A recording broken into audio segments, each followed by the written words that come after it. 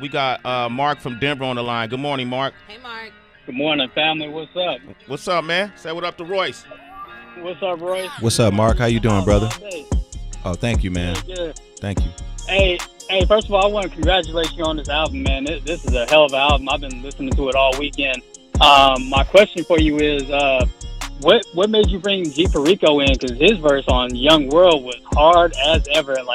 And were you in the studio with him when he did it to come up with that sound that he did, that cadence? Nah, I wasn't, unfortunately.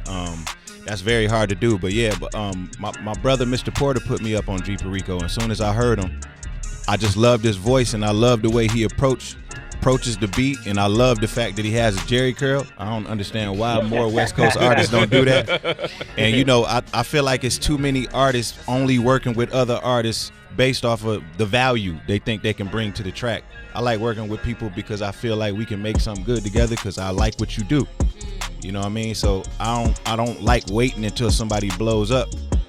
If you haven't really took it to where I know you're gonna take it yet, I'd rather work with you then. You know what I mean?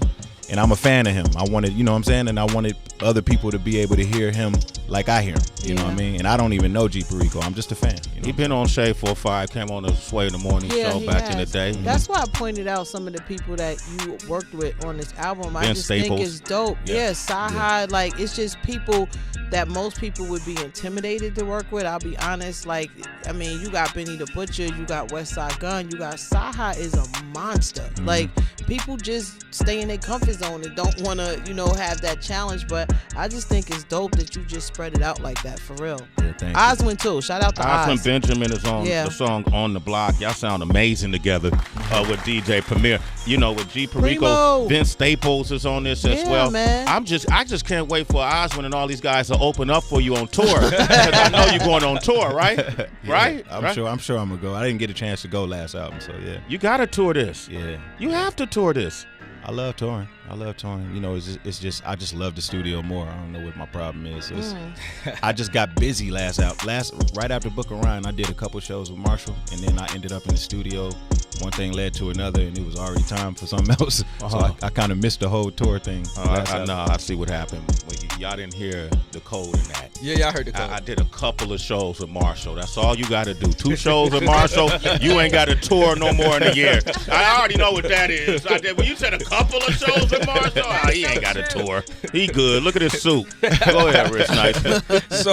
So clearly, in the MC world, your jersey is in the rafters. I just want to say that your jersey is in the rafters.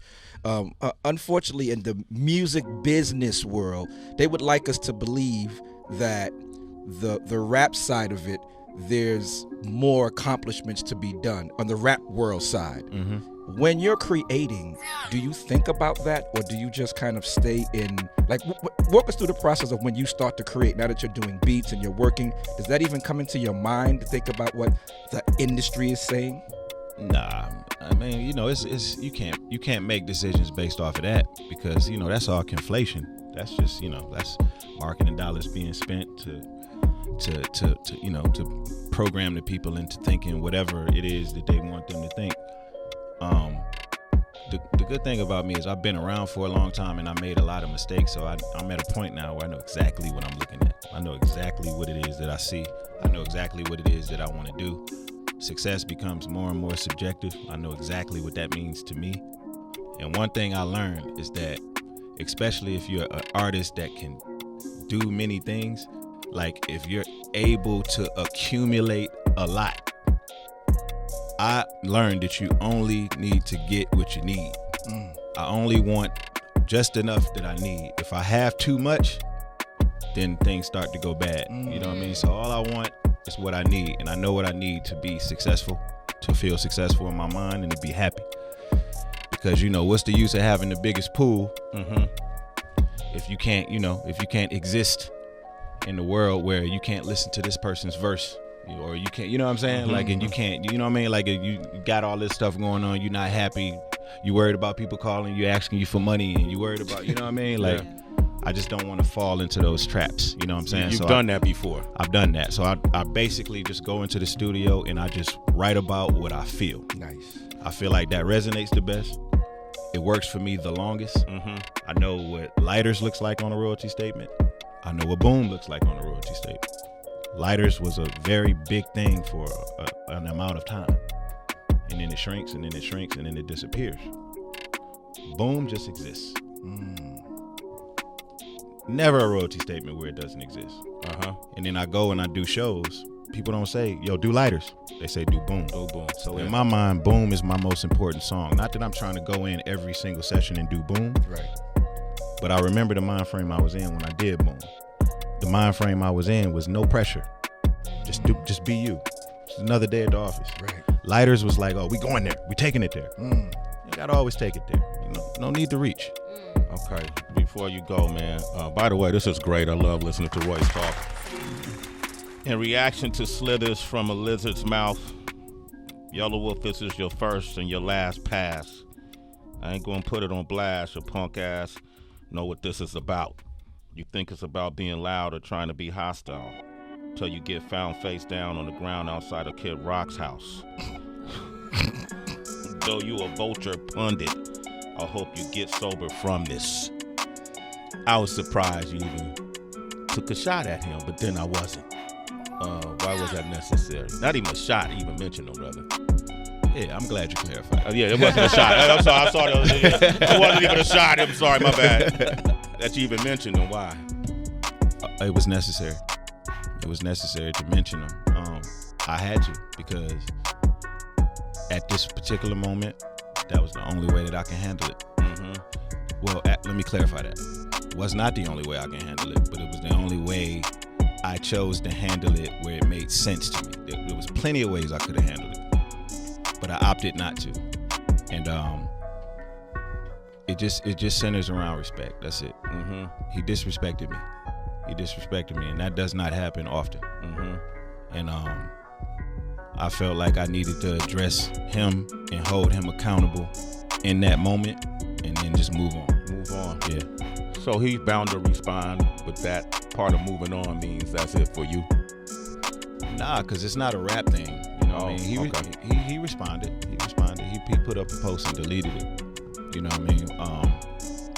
Which whatever. You know, that's cool. But yeah, it never was a rap thing. It never was a thought in my mind to go back and forth. Listen, man. If I'm gonna have conversations about things, they're gonna be realistic conversations. If I'm gonna rap, if we're gonna talk about rap, or if I'm gonna rap against somebody, it's gonna be a realistic thing. You know what I mean? Like Royce the 5'9" and Yellow Wolf could never be a thing. Okay, when it comes to rapping, that could never be a thing, ever, ever. If you talking about Royce the 5'9" and Lupe Fiasco, then that could be a thing. That's a thing. If you're talking about Royce the 5'9", Kendrick, Black Thought, Kendrick, yeah, J. Cole, yeah, Eminem, yeah, Jay-Z, Nas, that could be a thing. Yeah. Yellow Wolf, never could be a thing. Never. The allegory in stores now. Listen, it's so much on this album. This ain't one of those things, man. It's one of those things you're gonna live with. You gotta live with it, sit with it, breathe on it, sleep on it, do a whole lot. It's great, man. You put together a great project. Thank you, congratulations. Man. We all been waiting for it. Can't wait to see you on tour. You got the label too, right? Yeah, Heaven Studios. That's the label. It started out just a studio, and it's starting to feel more like a hub. You know, we're doing a lot of work over there. I'm mentoring a lot. I'm letting a lot of young artists come in and just use the facility just to kind of, just to practice and develop. I feel like the development portion of artistry is missing. It's missing in the game today. And we never want to let technology get us to a point where, it's making it to where kids don't even know how to develop. That affects the overall landscape, like the music. You know what I mean? Like, we can't allow that to happen. We don't want to disappear like rock and roll. You know what I mean? Like we gotta take steps just to make sure that we always exist. So we have an obligation to the next generation, to indoctrinate them with information and make them great, make them as good as possible, keep them confident, and make them smart. Yeah, make them smart. You know what I mean? Like, it's okay. Like we all got vices and stuff like that, but let's not glorify the wrong thing 100% of the time. 24 hours a day we talking about the wrong thing. Yeah. Let's talk about the right things too. You know Absolutely. what I'm saying? You need that balance. Yeah. Royce the 5'9". Looks like I'll be worrying for at least a week. I hope I'm still allowed to show 'cause I'm a teen.